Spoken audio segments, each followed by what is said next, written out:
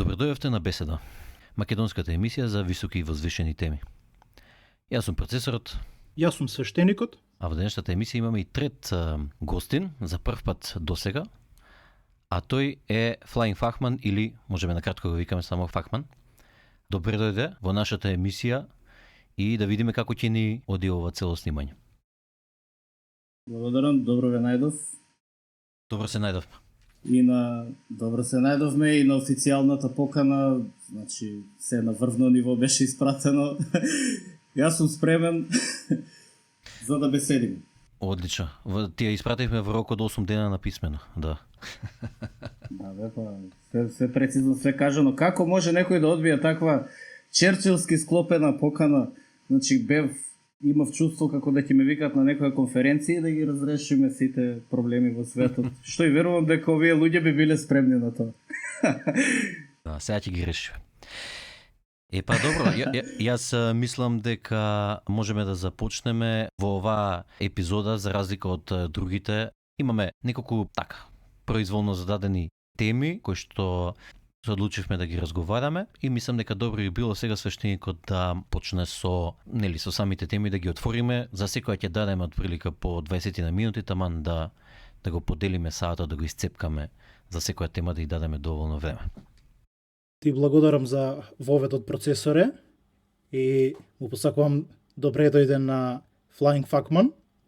Ова ќе биде навистина интересна епизода. Прва епизода во овие нови серии на спорадични епизоди кои што ќе ги правиме, кои што ќе бидат еден вид на слободно интервју, разговор со различни гости кои имаат вредни ставови и размислувања, и ние сметаме дека такви ставови од такви луѓе треба да се споделат, а во исто време и сакаме да ги спознаеме подобро, за да го прошириме и нашиот светоглед. Некогаш со гостинот ќе се сложуваме, некогаш нема да се сложуваме, може да дојде до дебата, кој што сите ќе не направи попаметни, бидејќи знаеме да дебатираме.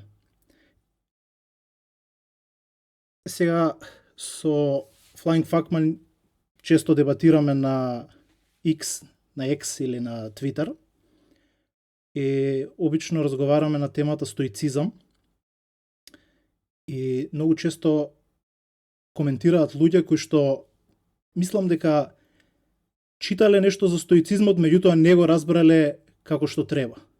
И го гледаат како некој вид на потиснување на емоциите, некоја тактика, некоја идеја која што те тера да ги потиснеш своите емоции, да ги негираш и да глумиш дека не чувствуваш ништо, дека си камен. Често се разубедуваме со нив, меѓутоа тешко да поентираме, па сега мислам дека во оваа епизода ќе успееме да извлечеме некои важни поенти, поготово за стоицизмот. Како си, Факмане? Одлично сум. Се надевам дека и вие сте добро. Јас сум одличен. Денеска сум посебно расположен. Сакав да те прашам, ти се декларираш себе си како стоик. Дали тоа значи дека ти ги потиснуваш твоите емоции и како ти успева тоа? Како не полуде до сега? Вака, значи, така, да полудиш без емоции. Па, вистината е дека јас сум ладен робот кој што доаѓа од иднината и тука сум дојден да ја расширам идејата за стоицизмот, кај што ние сме ладни, мртви роботи, железо, кое што е спремно да го покори човечкиот род. Така јас со вас, драги мои два други профили. Сега сум тука на оваа позиција кај што нашето слово ќе го расшириме преку средствата за масовно комуницирање и сите ќе бидат стоици, сите ќе ги потиснат нивните емоции, нема веќе да постои емоција. Знаеме дека ова се глупости така, знаеме дека ова се зафрканци. Но самото тоа што викаш и они читале нешто другите, па не дочитале, јас не верувам дека е така. Ја мислам дека не читале.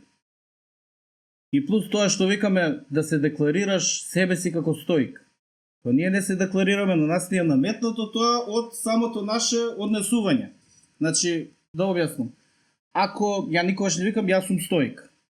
Јас едноставно не реагирам на некоја провокација, на некоја емоција која што пробува да изведе од мене нешто у афект. Јас да извршам да направам некоја реакција и таа да биде прекумерна, таа да не биде калкулирана. А стоицизмот во принцип се врзува со зборот дисциплина. Сега, зошто се врзува со дисциплина? Тоа не е нечувствителност, тоа не е ние да не чувствуваме, не е ние да, како сите нормални организми, како сите луѓе, имаме во нас хемиски процеси, кои што прават одредени реакции и така нели избувнуваме, така тие се транслатираат надвор во светот. Стоицизмот не е нечувствителност, ти не можеш кај себе да ги угаснеш тие емоции. Ти можеш да се дисциплинираш себе си и да имаш емоционална дисциплина. Емоционалната дисциплина која што не значи дека не чувствуваш, туку не дозволуваш емоциите да те водат импулсивно. Апсолутно. Не разбирате нели што сакам да кажам? Да, апсолутно. Така. Кога ние би ги потиснувале тие емоции? Што знаеме дека се случува, знаеме дека луѓе ги прават. Потиснуваат лутина, потиснуваат, не знам, гнев, љубов, страст. Што и да е, тоа секогаш некаде ќе избие и затоа што тоа создава внатрешен притисок, создава некоја ментална тежина, создава ментални тегоби и тие емоции после избиваат нездраво. Значи може да се деси цела плејада девијатно однесување, може било што, буквално, не посакувано општествено однесување, некој кој што ќе ни штети на нас како заедница. Стоицизмот, кој што е модерен стоицизам, кој што фактички е, нели, што викаат од времето на Маркус Аурелиус, Ниче, сите кои што го на некој начин допринеле до него, и кои што се нели основните четива кои што ги имаш за да дојдеш до некои такви ставови на прифаќање. Тој бара свесно ние да ги прифаќаме тие емоции, да ги анализираме и разумно да действуваме по нив, а не да скокаме на моментален порив некој што го имаме. Значи, што бара емоцијата од нас? Ти сега гледаш нешто и си лут, така. И ти иде некоја деструктивна енергија, сакаш нешто да скршиш, сакаш да викнеш, сакаш да удриш некој, така. Стоицизмот вика, да, јас сум лут, ама нема да реагирам деструктивно. Затоа што таа деструкција нема да има никаков бенефит за мене и за околина.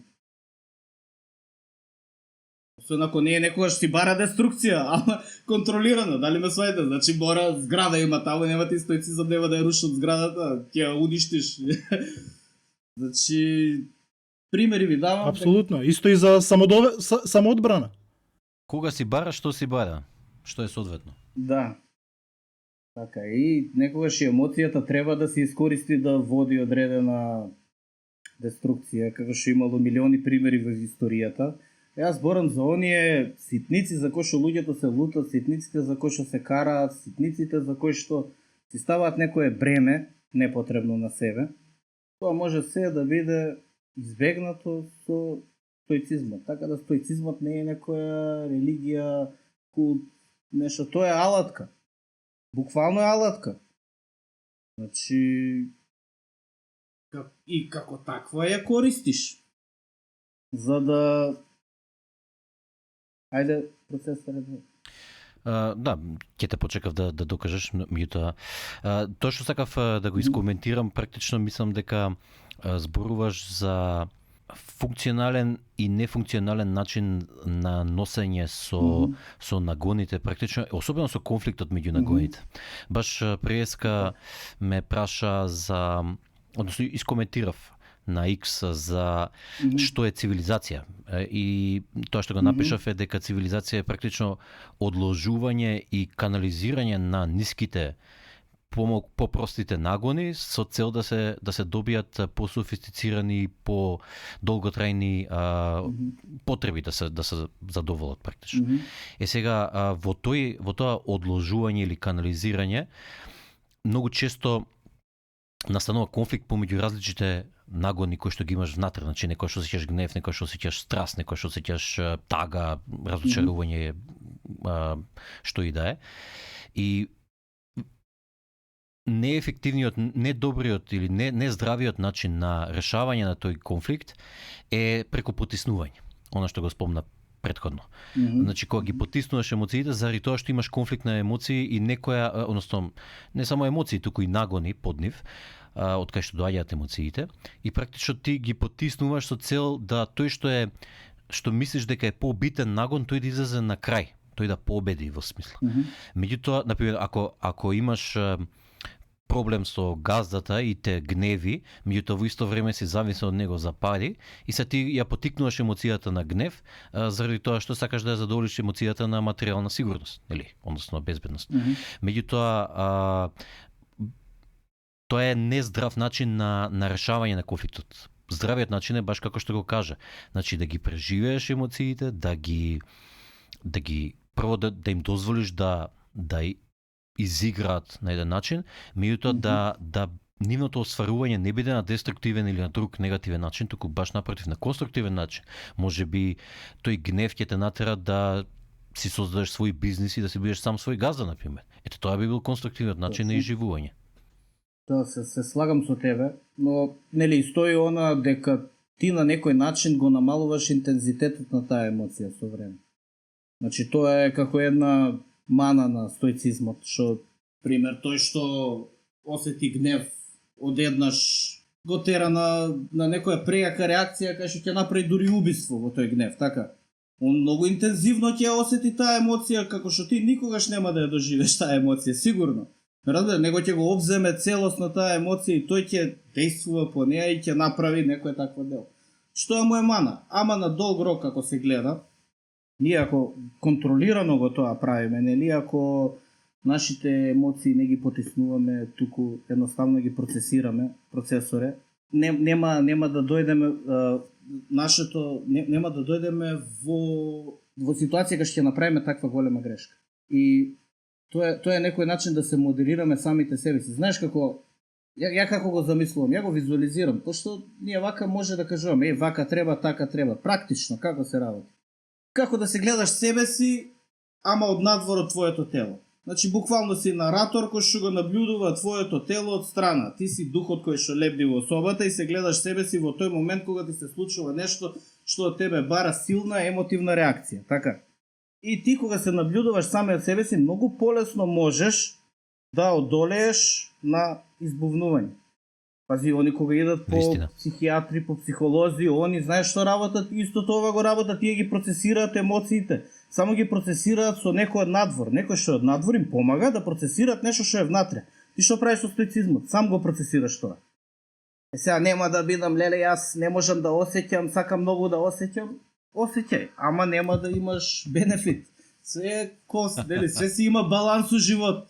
Така е, така е. Не можеме да имаме се. Значи мора некаде некоја мана ќе има, ама ќе има и предности. Сега ние ќе се избереме на нас што најмногу ни одговара.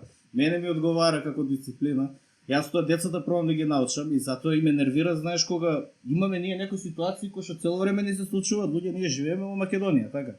Цело време некој од надвор имаме што не тера силно да реагираме. И ти што ќе правиш, сами од себе ги се убиеш, сами од себе ги се уништиш, можеш да бираш начин на кој што ти можеш да квичиш за тоа, можеш да врескаш, можеш да се дереш кон светот, како не е фер, како се роди во Македонија, како сум јас, не бива ништо тука, и можеш едноставно тоа да го прифатиш и да действуваш во рамките на тоа. Ако не го прифатиш, само викаш и тоа нема никаков ефект на светот околу тебе, освен за некое моментално олеснување кое што ти го имаш.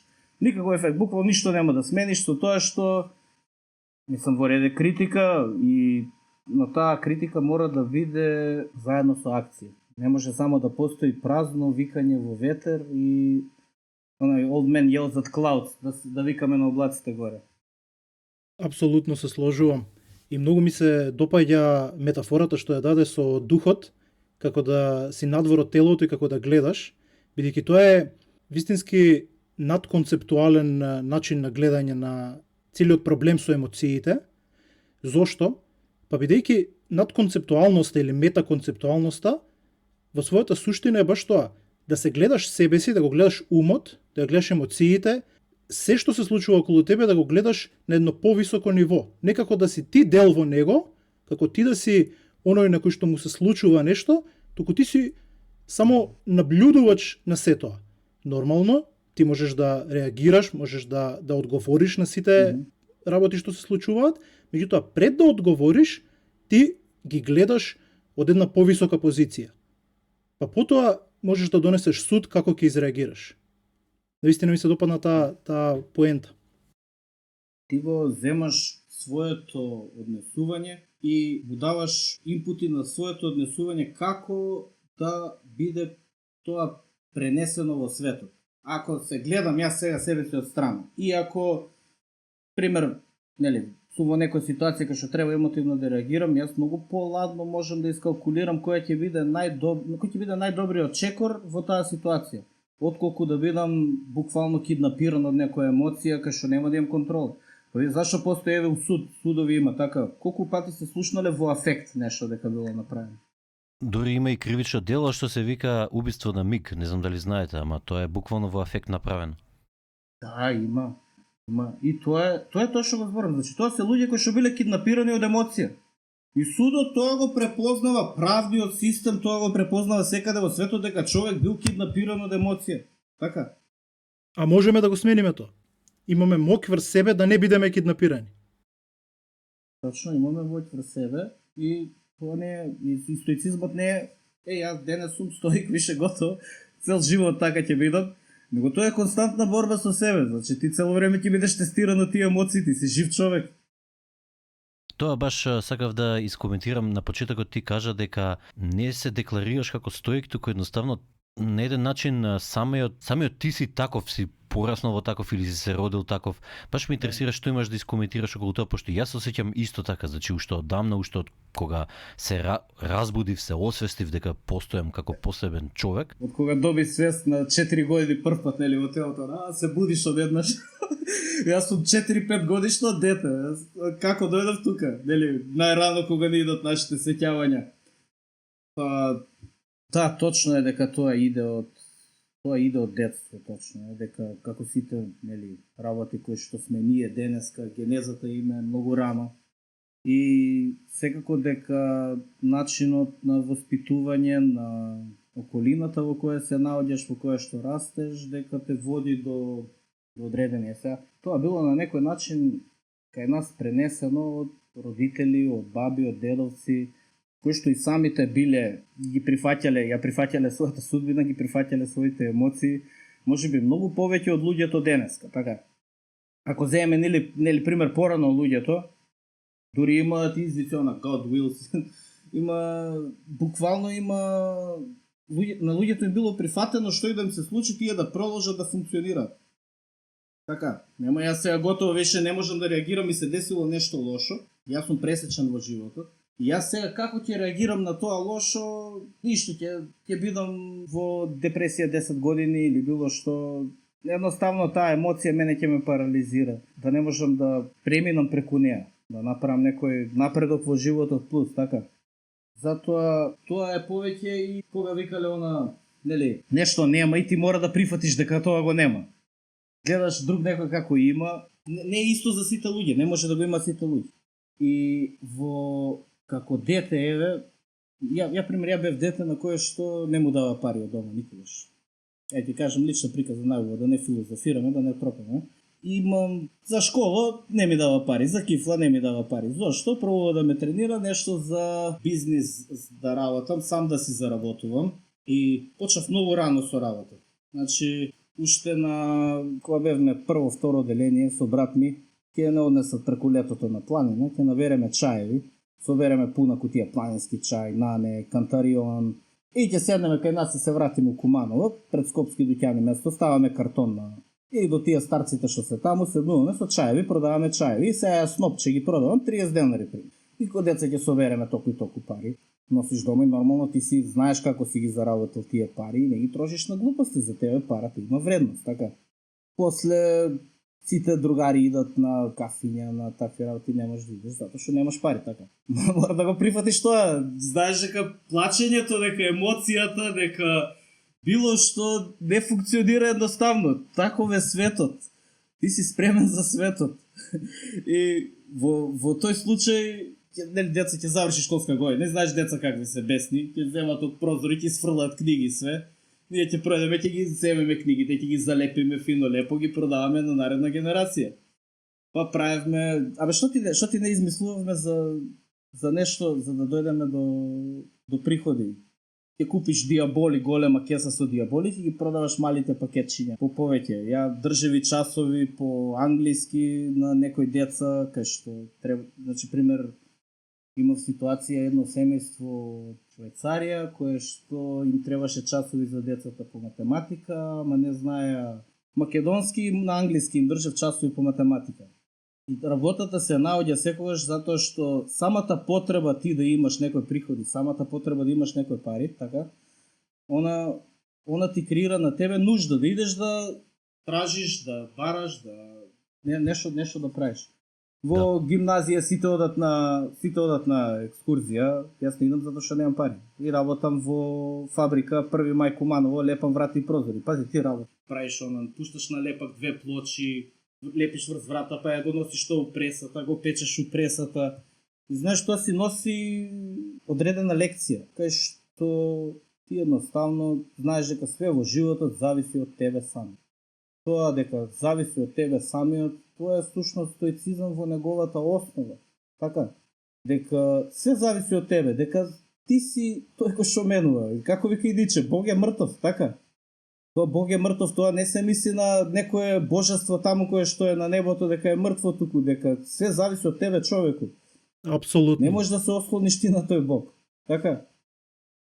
И сега јас можеби малце ви се расприкажав, али сакам да ви кажам дека ме праша процесорот од детство уште како иде и нели во моментов сега го размислувам тоа како ишло и како дошло до тоа да се развие некој начин на размислување кој што е таков, кај што ти си мине, кај што нема никаква катастрофа која што може тебе да те кутне затоа што и да дојде, ќе се снајдеш најдобро во твоите можности. Апсолутно се согласувам.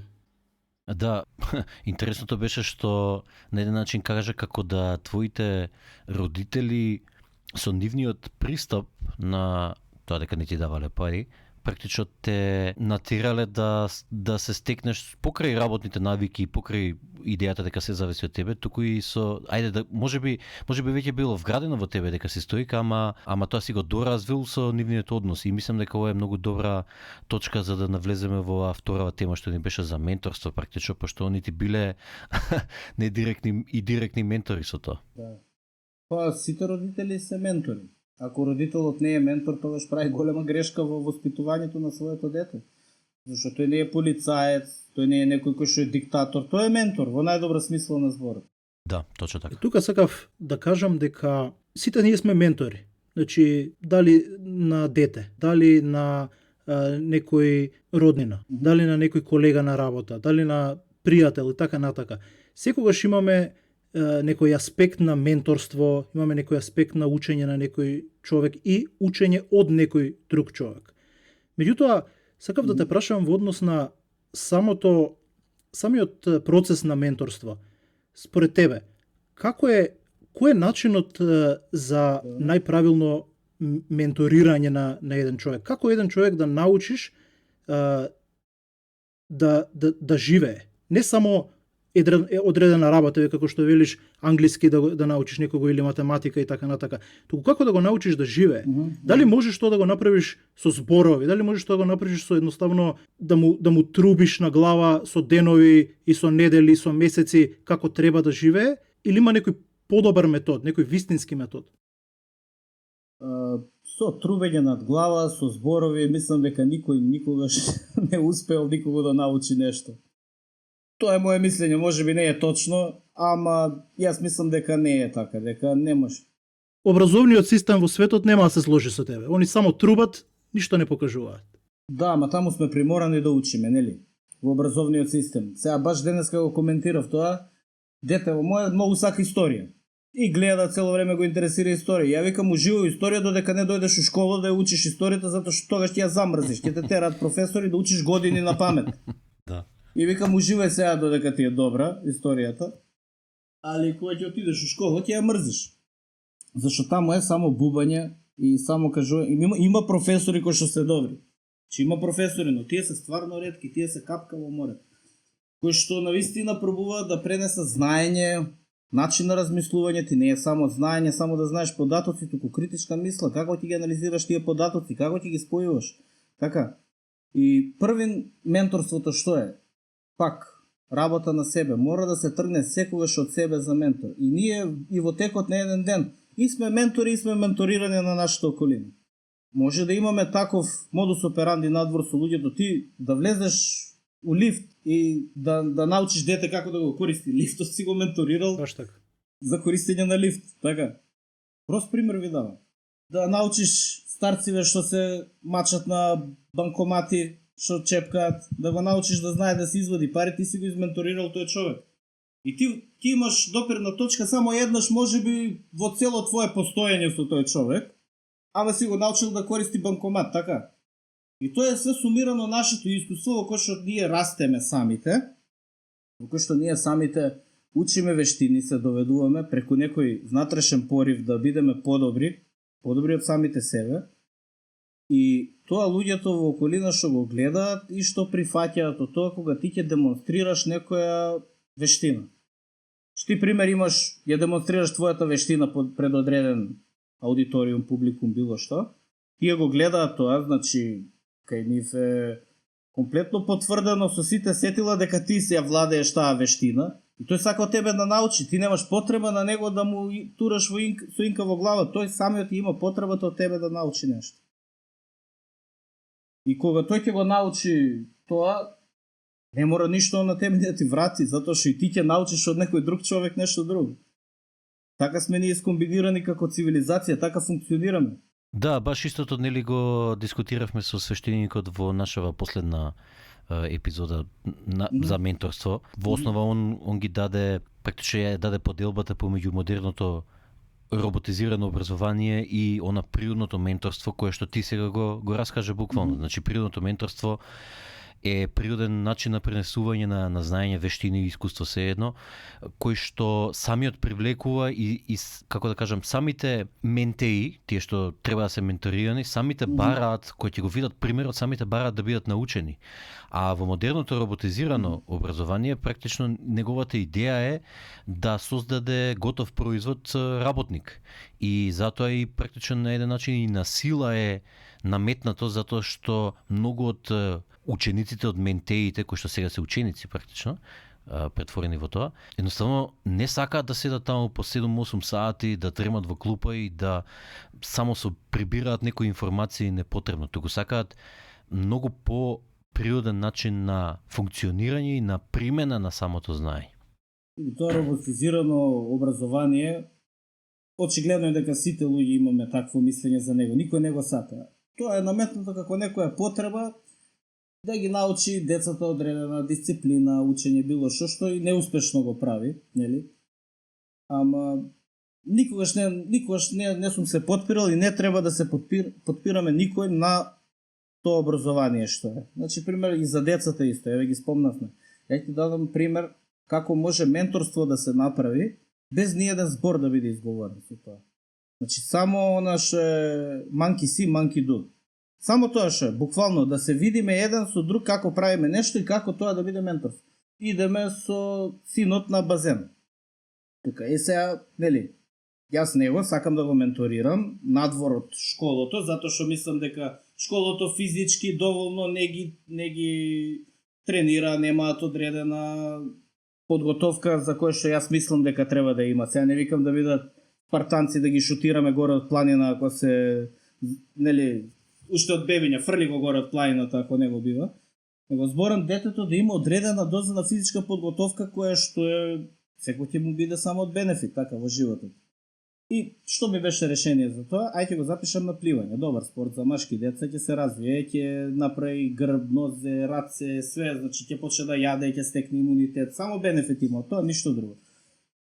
И како родители, ние што правиме? Обично сите родители тоа го сакаат. Ние како родители сите сакаме се најдобро за нашите деца, така? Ќе ги запишат на гимнастики, фудбали, пливање и ќе го пушти детето и детето само иде таму. Детето иде со некоја група, детето губи интерес. Јас секој тренинг фактички син ми кога иде во негова трака, јас ја одам во моја трака си пливам. Ја ништо не му зборам, он ме гледа мене секој ден дека ја пливам со него заедно. Значи, нема никогаш кажано од мене, мора да идеш на пливање или убедување или не му се оди или нема да оди. Он тоа го знае, тоа му е на него канон. Идеме и пливаме. И он знае со татко му да плива, него ништо не го интересира, кој што сака може да му каже за пливање, што сака може да се случи, тоа нема ништо да се смени затоа што ме гледа цело време. Втора фаза, идеме таму во соблекувална, други родители доаѓаат татковци кои ќе ги пресоблекуваат нивните деца, ги чекаат после пливање. Цело време додека детето иде на тренинг, овој седи горе на клупа, чепка у телефон, гледа надоле, ме разбирате? И завршува тренинг, се спушта. И сега тој татко ќе иде 2, 3, 5, 10 пати ќе го пресоблекува детето и ме гледа цело време, мене како ја идам со моето дете и пливам цело време. Знаете ли дека сите после доаѓаат и сите пливаат заедно после? Тоа е менторирање. Додека го чекаат детето. Тоа е пример. Значи, што тоа е само, јас не сум им кажал на нив, мора да пливате, убаво е за вас да пливате, што правиш горе, чепкаш у телефон. Додеше на еден му се развика веднаш, зашто пушеше цигара горе на седишта, тоа е и ја доздоле, знаеш, ти мириса, ти пливаш, ама ти мириса доле, деца пливаат.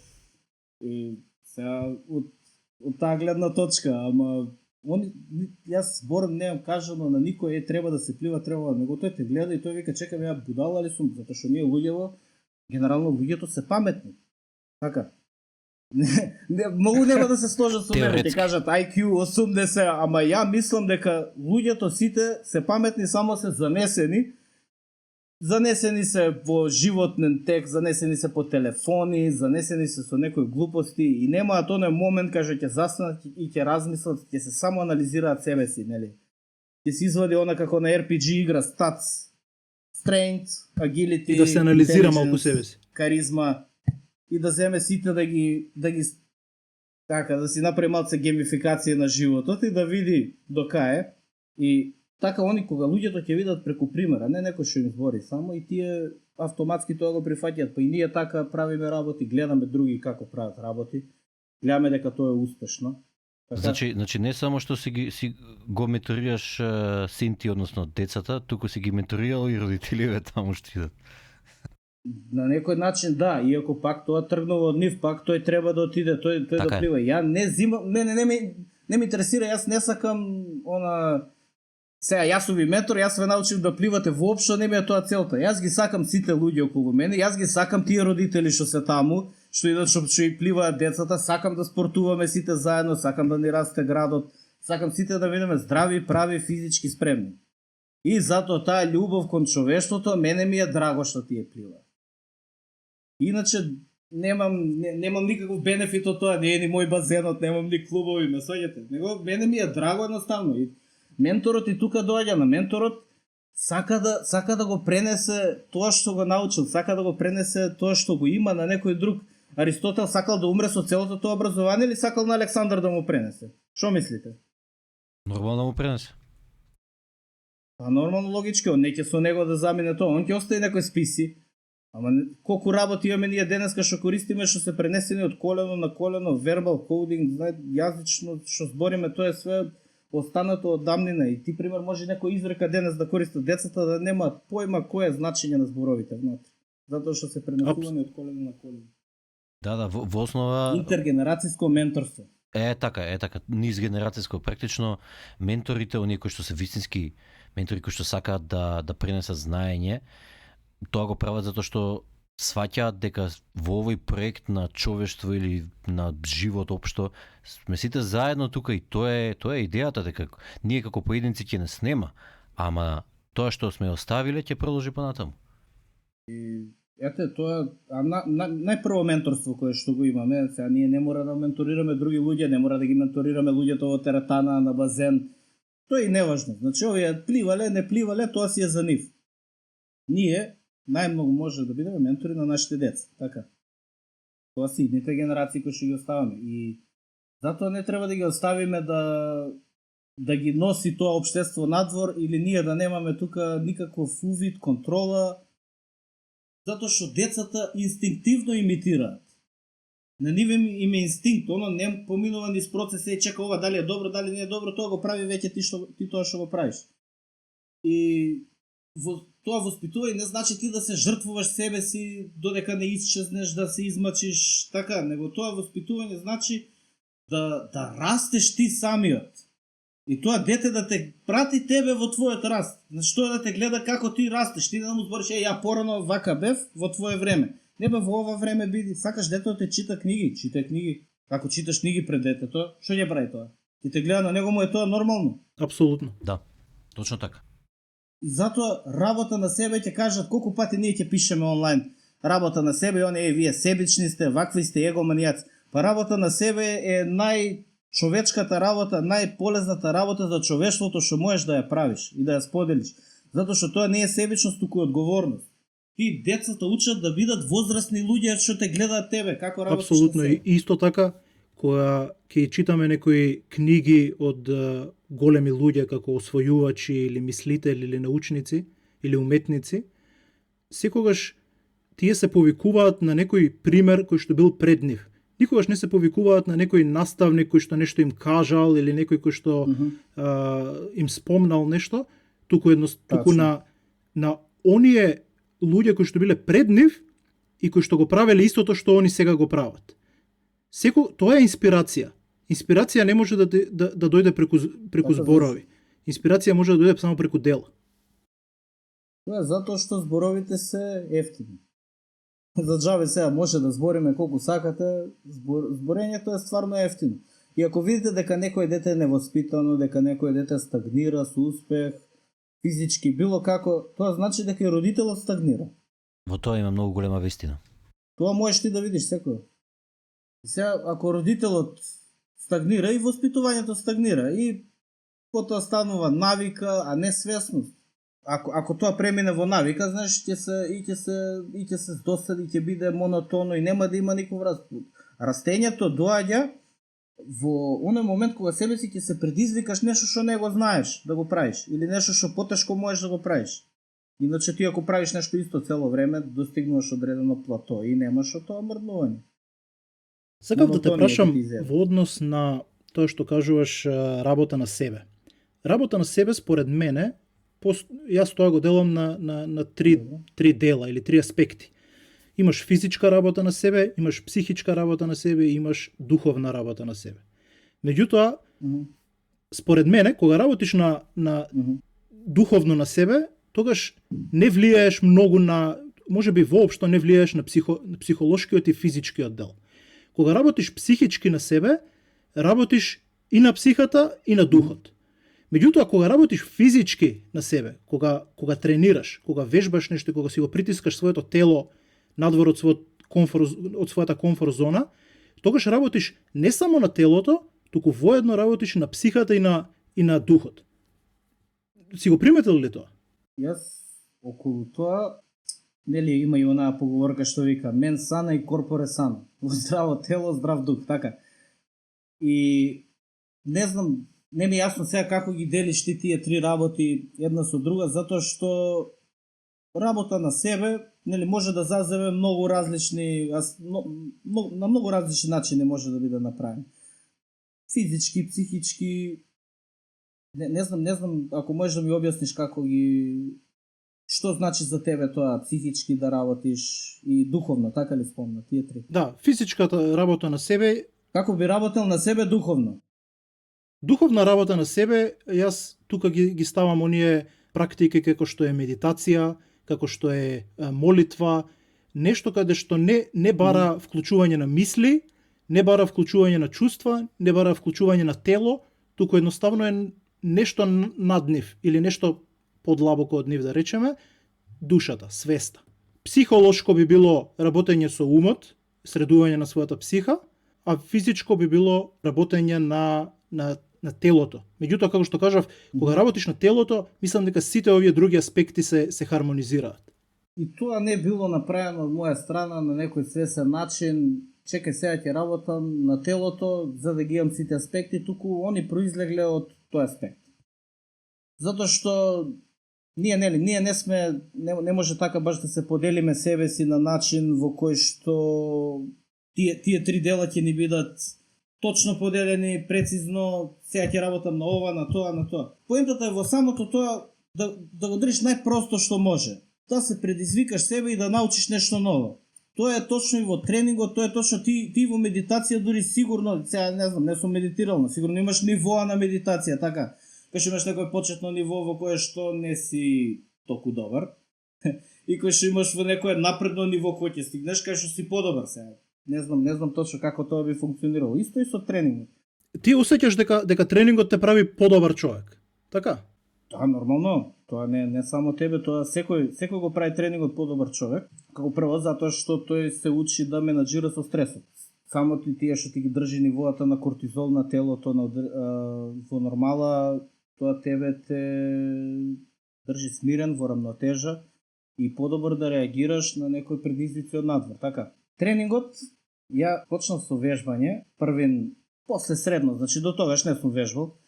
После средно почнав, идавме на војна академија бев запишан. Таму знаеш како е, таму војска, тренинг, секој ден од сабајле имаш трчање, имаш сплет на вежби, имавме теретана, маршеви, пукања, што ти не, значи секој ден физички си активен од сабајле до вечер. И тука нормално е дека војската користи физичка култура заради оној елемент што го спомнавме на почетокот, тоа е дисциплина. Сега како ја вас ќе ве прашам, дали вие мислите дека дисциплина го прави човек да биде подобар? Јас би рекол да, меѓутоа до одредена граница, значи претераната дисциплина, повторно завлегуваме во на потиснување на некои работи, некогаш треба и да се пуштиш некогаш, меѓутоа во основа на како живееме денеска, дисциплината е преку потребна, би рекол.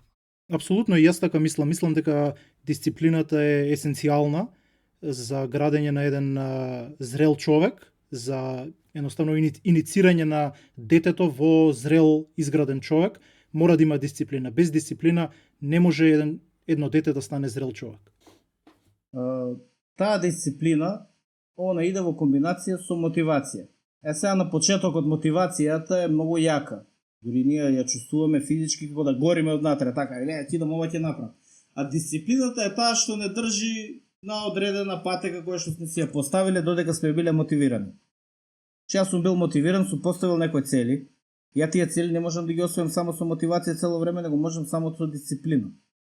Тука доаѓа тренингот физички кој што ти дава дисциплина, кој што ти дава сила и кој што ти дава енергија. И ти после тие други ментални, што се психички, духовни способности, можеш многу полесно да ги развиеш ако си дисциплиниран, ако имаш енергија, ако имаш сила, така? Значи имаш ти одреден телесен капацитет за да направиш поголеми работи. И тоа на тебе ти дава психички бариери, психичка резилиентност ти дава за било што ќе дојде. Затоа е и обврска на сите да тренираат, да дојдат до одредена, да себе си да се држат, значи своето тело да го држат подмачкано и силно, спремно за надворешните предизвици. Затоа што тебе светот цело време пробува надвори да те убие. Не можеш да се оставиш себе си, да си атрофиран, да не можеш да се движиш. Прво, мислам, ова се крајности, ова се екстреми. Ама знаеме луѓе околу нас кои што се запушта, се доаѓа до одредена фаза да бидат терет, ќе се терет на системот за здравство. Така, да земеме здравствен систем кај нас и да има терет од, знаете како е, плюс да има терет од луѓе кои што не работат на себе, кои што се држат во лоша физичка состојба, а што може да биде спречено со физичка активност и тие подобро да се осеќаат. И не може да бидат срекни. Ја мислам како исто, дека не може да бидат среќни. Сепак ова се нели наши размислувања, некои наши начини на животот кои што ги практикуваме. Не мора да значи дека се за сите луѓе прифатливи, ама за мене е прифатливо. И дури јас се доведувам себе си во одредена делузија некој со физички подготовки. Си ставам некои мегаломански цели. Не разбереш, сакам да идам да го трчам маратонот. Ја никогаш не сум трчал во живот, идам ќе го трчам маратонот. Ја ќе ја поставам таа цел и цело време ќе се малтретирам сами од себе си и на крај ќе идам ќе го истрчам маратонот. А првен сите века, нема шанси, кај ќе истрчаш маратон, кај си трчал. Ќе го истрчам, не сееш. Што бе нема шанси, сега ќе виш. Да. И знаеш, за се си има план, за се си има процес. Се е тоа од внатрешот и на тебе, и ти знаеш колку ти дава на тебе тоа психичка сила, колку ти дава после таа самодоверба што ќе ја добиеш. Затоа што ти кој ќе си поставиш некоја таква цел и кој ќе ти вика другите дека не можеш, и ти кој ќе ја постигнеш таа цел, ти после имаш самодоверба и после кој ќе ти каже некој нешто, бе ти ваков си, таков си, ти имаш самодоверба, имаш позади себе цели кои што си ги исполнил. Не може никој да ти каже, не може некој на интернет тебе да ти зборува нешто и ти да го прифатиш тоа, да, окей, затоа што ти имаш позади тебе постигнати работи. Да, инаку, свештеникот рече дека така ги дели ти работи, меѓутоа јас би рекол дека сите тие меѓу себе се исповрзани психичко, емоционално, духовно и физичко. И мислам, од мојот личен пример, јас веќе последниве речеме прилика 20 или 18 години постојано правам тренинзи, освен една пауза кога имав операција, некоја па не може да вежбам од пола година. Меѓутоа во основа последниве 18 години секој втор ден имам тренинг. Различен тренинг се сменил, еволуирал во текот на годините. Меѓутоа за мене тоа е работа која што ја правам и веќе не ја ни мислам. И сега интересното е што покрај тоа што ме стабилизира психички и емоционално, затоа што ти за да ги постигнеш тие работи, особено кога не ти се прави тренингот, си изморен или не знам ти што, кој ќе се на еден начин во наводници присилиш да го направиш, практично учиш и како од своите емоции, своите нагони да ги контролираш, нели, да ги насочиш кон тоа што е конструктивно, сепак да го направиш, да го постигнеш ефектот. Меѓутоа и духовна пракса, јас например многу често сум разговарал со луѓе кои што трчале полумаратон и маратон и самото тоа што правиш една повторлива физичка активност долго време, практично му доаѓа како да е медитација во движење. Значи, физичката активност е многу полезна од сите аспекти на личноста и ги покрива делумно, нормално, не целосно, ама делумно и другиве аспекти на личноста, психички, нели, умствено, емоционално, духовно и слично. Да, се согласувам. Пак се сведуваме на она што го збориме за одговорност. Дека ние имаме одговорност према самите себе да се одржуваме во одредена форма. Сега спомна операција, јас исто имав правена операција, ја така почнав и со пливање. Пред 5 години не знаев да пливам. Не знаев, значи, ќе влезам у базен, не можам да испливам 50 метри, се давам. Кај сум пливал, не сум бил како дете на... Јас си мисля, има таа шанса да оди преку клуб да научи да го носат. Ја ви текнува, немав пари како дете да идам на пливање. Значи, во принцип, како тргнав? Правив една операција и голема операција беше. И треба ми рекоа овие што се во болница, не смеш да вежбаш сега ништо, затоа што не смеш да си правиш терети одинат. Викам, мора нешто, значи, не можам ја да седам само, не можам, болje да се убијам сега, ништо нема да правам. Барам, гуглам, преварувам на интернет, читам книги, гледам пливање, има скоро импакт на телото врз основа на коски, на такви работи, нели? И што да правам, ќе идам да пливам, не знам да пливам, нема везе ќе научам. Вадиш одма книги за пливање, гледаш клипови, гледаш глупости, купувам слушалки за пливање исто за да платам пари, за да се натрам да не се откажам после тоа пливање, пошто пари сум дал за слушалки, не може да се откажеш толку лесно, така. И така се организирам, гледам клипови, замарам другари што знаат да пливаат и почнам прво. 50 метри, 100 метри упорен. Месечна карта взимаш, па пливаш 200 метри, па се мачиш, па 300 метри. И се полека, па гледаш клипови, исправаш грешки, си ги наоѓаш, стануваш цело време поише свесен за тоа. И сам додека го бараш тоа, сам додека го учиш, сега за 5 години ти зборам, значи кога почнав пред 5 години, сега за 5 години си имам донесено до многу напредно ниво, кај што ќе идам да пливам маратон, сакам у Охрид, не сваѓаш? Значи до такво ниво се носам, кај што не знаеш да пливаш, возрасен човек си, до ниво да сакаш да пливаш на маратон. И тоа не се прави, тоа не може никој од надвор да ти го стави, тоа не може, тоа ти едноставно, јас тоа мора да го направам за себе или ќе умрам. Буквално така, си ставаш на себе си и после од кај ти доаѓа таа психичка сила кога ти се гледаш себе си од неможност да пливаш 100 метра не можеш да испливаш и се доведуваш себе си само со pure power of will, значи со моќна волја се доведуваш да пливаш маратон.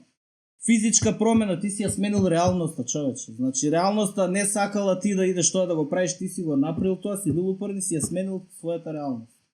Таму лежи моќта. Па човек кој што има таков мајндсет и кој што не подклекнува на реалноста, туку едноставно оние обликува реалноста, он ја менува реалноста. Тој е човек кој што може да бидеш сигурен дека нема да се изнервира за некој што му пишал на Твитер, или некој што му кажал, или за нешто што се случува во надворешноста на вести и така натака. Тука е човек кој што ако смета дека може да смени нешто, ќе смени. Ако не може, ќе го прифати и ќе го смени тоа што може да го смени. И да ти пише некој нешто, само ништо онака ќе помине низ тебе, само ќе се насмееш за тоа. Зашто? Затоа што ти не се бориш со него воопшто. Он воопшто не е битен во твојата приказна. Никој од тие што ви пишуваат на интернет не е важен. Ти се бориш само со себе. Значи ти се бориш, што мене гали некој дали ќе... И некој сигурно има 100 подобри пливачи на интернет од мене што ќе ми пишат: јас сум подобар пливач од тебе, подобар си, ама јас сум подобар од себе вчера. Ме разбираш? Значи он може да биде... Тоа сакав да ви кажам дека они воопшто не се важни. И он, окей, ќе биде подобар. И ти док се надпреваруваш со самиот себе, ти еден ден ќе стигнеш и него да го победиш, затоа што си упорен, си бркаш своја работа, си подобар од себе вчера. И да го победиш, и да не го победиш, воопшто не е битно. Тој човек си има негов живот, он си има све негово. Ја ако можам, мене колку пати ја ќе ставам некоја слика, некој клипче сум ставил пливање, они ме хейтаат. И пази, овие моите најголеми хейтери ќе седне и ќе ме хейта како пливам. Види раката каква ти е, не го вадиш лакто доволно. А пази, јас си запишувам, не го вадам лакто доволно и барам клипови како иде пливање, гледам, стварно не го вадам лакто доволно, ме сваѓаш, и му пишувам, фала ти, управо си. И после идам пливам и го вадам лакто повеќе. Значи, тргам его, мене не ми е важно тој што ќе ми каже, тој ми се ме повредил, а ја фактичко од него сум научил. Ете, тоа е вистинскиот конструктивен пристап што го применуваш. Затоа што не настапуваш со его во тоа, туку во ред, можеби човеков стварно знае што збори. Мислиш, ајде да го видиме што е тоа. Може во право. Јас сум свесен, јас стварно не знам, не сум бил ни со клубови, со ништо, едноставно кој да ми даде информација. Ја применуваш, ја крадеш ако е вистинската информација аргументира. Он како сака нека ја завие, нека ми вика ти глуп еден, не знаеш да пливаш, види лактот него вадиш, ја тоа све ќе занемарам само заради тоа што таа информација он што ми ја дава ми е многу вредна. Тој ме помогнал. И уште само една работа да забележам за нашите следачи практично, тоа што го кажат дека најбитниот надпревар со себе. Не најбитниот, туку единствениот битен надпревар е надпреварот со себе. Луѓе што се надпреваруваат со себе се познаваат кои се и тие едноставно се луѓе кои што гледаш дека си работат цело време, дека се креативни, дека создаваат. Оно што се надпреварува со другите, основно правило постои. Секојаш ќе има појако тебе и секојаш ќе има послабо тебе. Во која било фаза во животот ти да се наоѓаш, секојаш има појако тебе, има послабо тебе. И затоа тие не ти се важни, затоа си важен само ти да бидеш подобар од себе. И јас и децата тоа сакам да ги научам, затоа што тоа ќе добие 4 во школа, 3 ќе се разочара, така. Ама биди подобар од само себе, научи од таа грешка. Нека те вика глуп другар ти, така. Прифати го тоа. Преиди преку тоа, не да те навреди тоа, не да изреагираш емотивно, стоицизам, научи од тоа. Апсолутно. Така. Смирено реагирај. Што можам јас да научам? Хейтери ќе те реагираат, можам јас да им рипнам, можам буквално јас да се хейтам со нив, ти ваков, таков. Ја ќе научам од него. Затоа тоа е непобедлив став во животот. И тоа ако ги научиме ние нашите деца, и ако ги научиме нашите деца да ги научат нивните деца, ние ќе изградиме цивилизација многу појака од што било до сега. Затоа што внимавајте, ние секогаш, вие читате, нели сите читаме за тие големи луѓе низ историјата, читаме за тие цивилизации, ама историјата и сега се случува додека ние буквално разговараме. Ние ја правиме. Чи сега и ние сме некои актери, така, ние сме актери на оваа планета и ја менуваме нашата реалност со тој реалноста на планетата. Значи, и со нашите деца исто го менуваме текот на цивилизацијата. Тоа е све жива материја, живо се случува, не се тоа некои процеси на кои што не можеме да влијаеме. Ние сме само all in all we're just another brick in the wall. Ама цигла си во зидот и таа цигла нешто значи, ако ја направиш таа цигла да биде цврста, нема да се сруши зидот. Да, одлично ова што го кажа, токму така е. Јас се согласувам целосно со тоа. Сега ми текна пошто кажаш да ги научиме нашите деца за да ги научат нивните деца. Ми текна на една интересен за фраканција да ја крстам така, вика, имањето деца изгледа наследно, бидејќи ако твоите родители немале деца, има големи шанси и ти да немаш. Да. Одлично. Мислам дека ова добро би било тука да затвориме. Мислам дека убаво ги покривме овие теми, освен ако не сакаш да додадеш нешто слободно. Сакам да кажам исто и за исто нешто што коментиравме онлайн заедно. Проактивност во животот, што е таа, за да ти бидеш проактивен за да правиш нешто. Еве сте приметиле како нашите сограѓани, луѓето, вика, се чекаат некој од надвор да им создаде услови. Па вика, јас немам работа затоа што мене не ми дале работа. Нема во мојата струка работа. Мојата струка е ужасна. Јас како професор не можам да се снајдам во овој никако образован систем. Јас како доктор во овој здравствен систем пропаднат не можам да успеам. Така, и секогаш некој надвор е крив за таа ситуација во која се наоѓаме. Овие што се во странство во диаспората експерти, ние ќе дојдевме, ама треба на мене Македонија да ми даде услови. А никој не размислува како да ги направи тие услови. Знаете, како има два начина на како да гледат на тоа. Они може да гледат како тука е никакво, како е све неразвиено, како се недисциплинирано, како луѓето се глупави и да бидат утепани заради тоа и тажни да бидат. Или може да гледаат како луѓето се никакви, луѓето се недисциплинирани, нема никакви услови. Ама јас можам да ги создадам тие први услови. Така. Јас можам да направам нешто и да поместам само околу тоа. Колку можам врз основа на моите способности, што ми се дадени, да го дадам максимум од себе да создадам некои услови. И ти затоа каква идеја и да ти текне, што и да направиш, буквално све може да се направи. У живот све може да се создаде. Ете, нашиот подкаст е еден обид да придонесеме и ние во однос на тоа што го кажуваш. Имате некој порив што викаш да ги научиш другите луѓе како да живеат подобро, така. Имате и вие некоја цел и со овие подкасти што ги правите и со луѓето со кои што разговарате. Како прво сами себе да се подобрите, сами да бидете проактивни, да можеби нешто да оставите, можеби да влијаете некој на други луѓе, ама сето тоа се некои благородни цели кои што ја ги ценам, затоа што ја ценам луѓе кои што творат на наш јазик, кои што создаваат нешто, кои што оставаат нешто, креативни луѓе. Знаете и сами, луѓе што создаваат не може да ме налутат затоа што тие се наши луѓе, ние сме една шака народ и треба да оставиме нешто, треба да направиме нешто. А вие што само кукат, што само викат како сме лоши, абе у најголемата делузија која треба ќе живееме, ќе се лажеме самите себе си дека сме добри, дека ќе успееме и ќе успееме. Тоа што е субјективно, ако пораснеме субјективно, ако си зададеме некоја задача, ние ќе пораснеме и објективно. И ние сите имаме одговорност. Возрастните мажи имаме сите одговорност да бидеме најдоброто тоа што сме и да ги менторираме луѓето околу нас најдобро што можеме, врз основа на нашите можности. Апсолутно. Тоа е нашата одговорност. Така е, има многу голема вистина во ова. Јас често го кажувам примерот, мојот личен пример. Јас неколку години бев надвор, работев во разни образовни институции, меѓутоа на крајот секогаш осеќав потреба и желба да се вратам тука и тука да придонесам. Не е битно какво е, значи какво е, такво е, тоа си е наше и си работиме на тоа да го подобриме. На крајот на криштата многу е неблагодарно да се кажува абе какво е кај нас е утепано, се е лошо. Значи убаво кажа една девојка на X, значи кога ќе се прашаш зошто не си се родил во Швајцарија, нека ти текне дека си можел да се родиш и во Сирија. Значи како така имаме нешто кое што нашите предци ни го оставиле тука, не е катастрофа, не е Уганда, не е распад тотален. Значи има нешто, имаме цивилизација, имаме патишта, школи и така натаму. И наша задача е, ние не сме го добиле тоа само туку така, туку сме го добиле за да го продолжиме и да го подобриме понатаму. И добро е што зборувате одличен пример. Затоа што ако ние може да збориме буквално филозофија, демагогија и сега тој ќе каже од страна, што разбираш ти не си бил на страна, но јас сум бил на страна, мене првиот факултет ми беше во Франција, економски. И јас имав понуда таму да останам, да работам за... Ми даде убава почетна плата, Societe Generale банка, како економист во банка, да бидам банкар. Не прифатив, затоа што јас сакав да се вратам тука и тука да градам во Македонија. Мене све ми беше тука. Татковината ми беше тука. Сега разбирам дека некој може да создаде и надвор татковина. И тој момент го разбирам. Нема да ги судам јас тие луѓе.